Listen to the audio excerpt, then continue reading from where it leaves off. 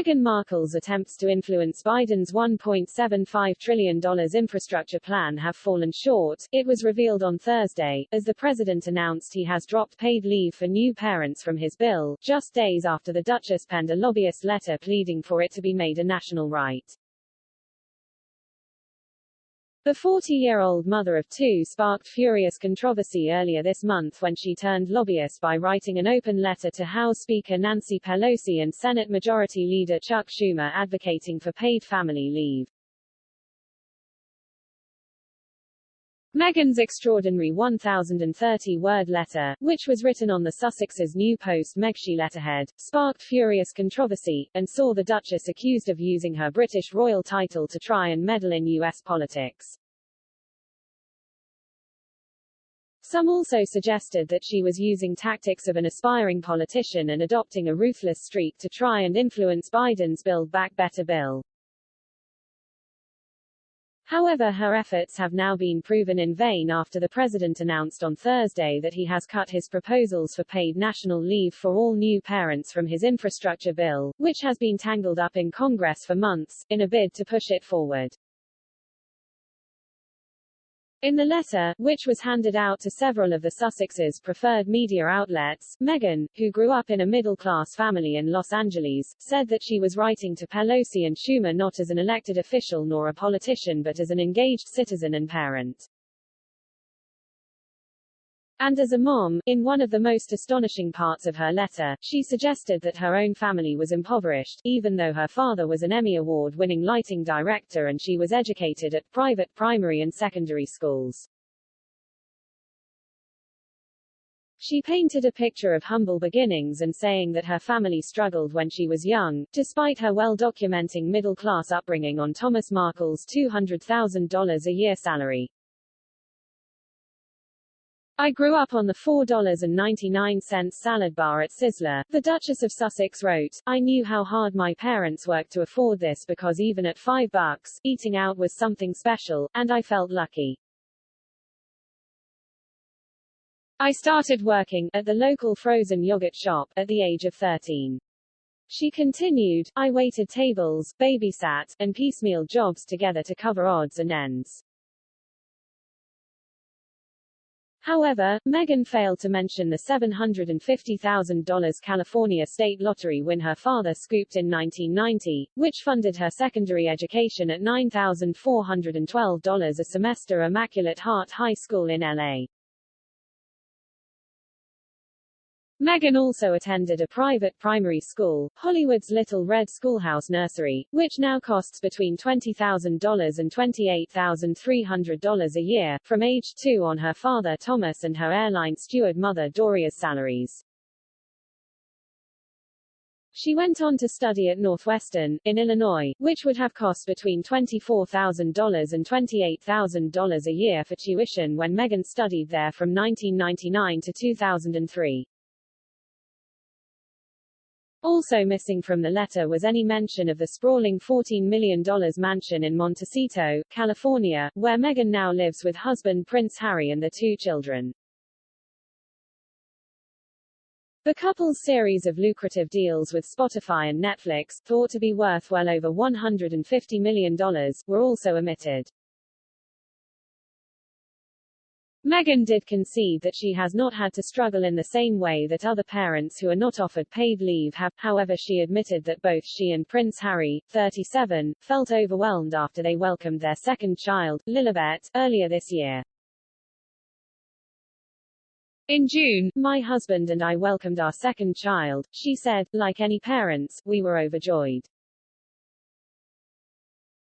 Like many parents, we were overwhelmed. Like fewer parents, we weren't confronted with the harsh reality of either spending those first few critical months with our baby or going back to work.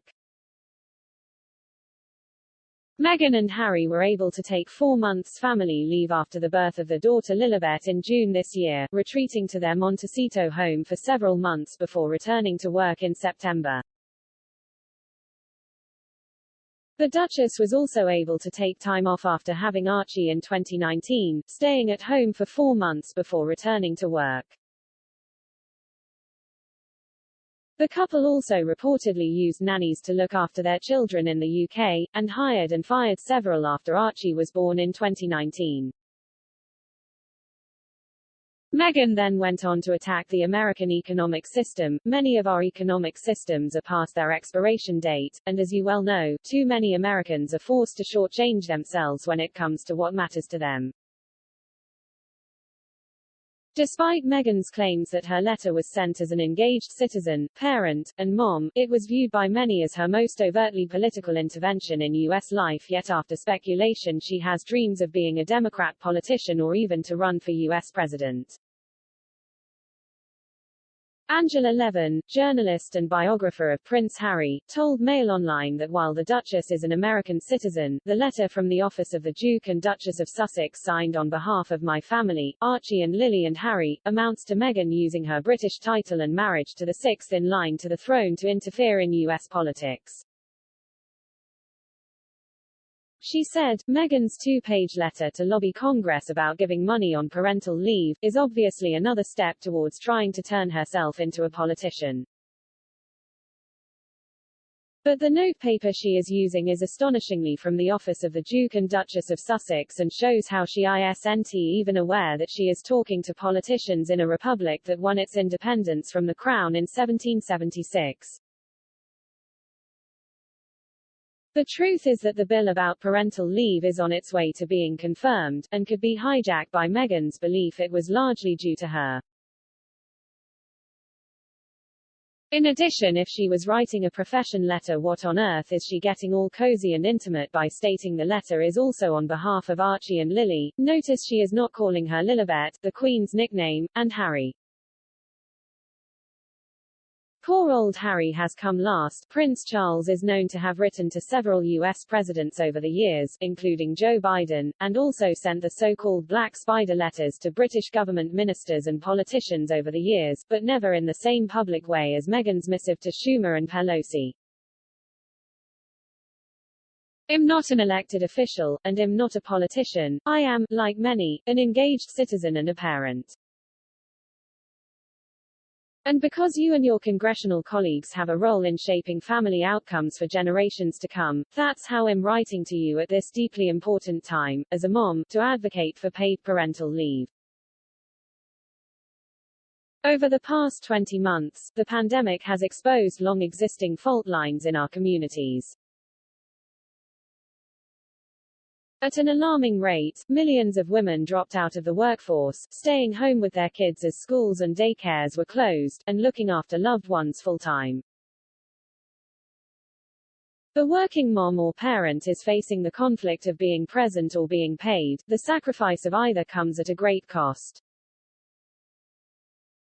For many, this sacrifice goes back further than the past 20 months. It's 20 or 30 years, even longer, decades of giving time, body and endless energy not just in pursuit of the American dream, but simply in the dream of stability. I grew up on the $4.99 salad bar at Sizzler. It may have cost less back then, to be honest. I can't remember, but what I do remember was the feeling. I knew how hard my parents worked to afford this because even at $5, eating out was something special and I felt lucky. And as a Girl Scout, when my troop would go for dinner for a big celebration, it was back to that same salad bar or the old spaghetti factory, because that's what those families could afford to do too. I started working at the local frozen yogurt shop at the age of 13. I waited tables, babysat, and piecemeal jobs together to cover odds and ends. I worked all my life and saved when and where I could, but even that was a luxury, because usually it was about making ends meet and having enough to pay my rent and put gas in my car. I expect many of your constituents have their own version of that story. Perhaps you do too. People in our country work incredibly hard, and yet the ask is soft, for a level playing field to achieve their version of a common dream, what is fair, and equal and right. Many of our economic systems are past their expiration date, and as you well know, too many Americans are forced to shortchange themselves when it comes to what matters to them. In June, my husband and I welcomed our second child. Like any parents, we were overjoyed. Like many parents, we were overwhelmed. Like fewer parents, we weren't confronted with the harsh reality of either spending those first few critical months with our baby or going back to work. We knew we could take her home, and in that vital and sacred stage, devote any and everything to our kids and to our family. We knew that by doing so, we wouldn't have to make impossible choices about childcare, work, and medical care that so many have to make every single day. No family should be faced with these decisions. No family should have to choose between earning a living and having the freedom to take care of their child, or a loved one, or themselves, as we would see with a comprehensive paid leave plan. In taking care of your child, you take care of your community, and you take care of your country, because when paid leave is a right, we're creating a foundation that helps address mental health outcomes, health care costs, and economic strength at the starting line. Instead, as it stands now, we spend a fortune as a country paying into symptoms rather than causes. I understand that with everything going on these days, people might find it easy to be apathetic about what's happening in Washington, D.C. And then equally, when it feels like your voice doesn't matter, you tend to use it less often, but with stakes this high none of us can afford to let apathy win. I'm writing to you on behalf of millions of American families who are using their voices to say that comprehensive paid leave should not be a place to compromise or negotiate. In fact, most nations already have paid leave policies in place. Estonia, for example, offers over a year and a half of leave to be shared by new parents. Many other countries have robust programs that give months of time for both parents, birth or adoptive, to be at home with their child. The United States, in stark contrast, does not federally guarantee any person a single day of paid leave. And fewer than 1 in 4 workers has dedicated paid family leave through their employer. I'm sure you agree that if we are to continue to be exceptional, then we can't be the exception. The families you represent need your strong leadership. With paid leave on the cusp of becoming a national reality, I trust you will meet this moment. I know you must hear from your constituents about the choices they are facing every day to make ends meet and care for their families. Paid leave should be a national right, rather than a patchwork option limited to those whose employers have policies in place, or those who live in one of the few states where a leave program exists. If we're going to create a new era of family-first policies, let's make sure that includes a strong paid leave program for every American that's guaranteed, accessible, and encouraged without stigma or penalty. I know how politically charged things can, and have, become, but this isn't about right or left, it's about right or wrong. This is about putting families above politics, and for a refreshing change, it's something we all seem to agree on. At a point when everything feels so divisive, let this be a shared goal that unites us.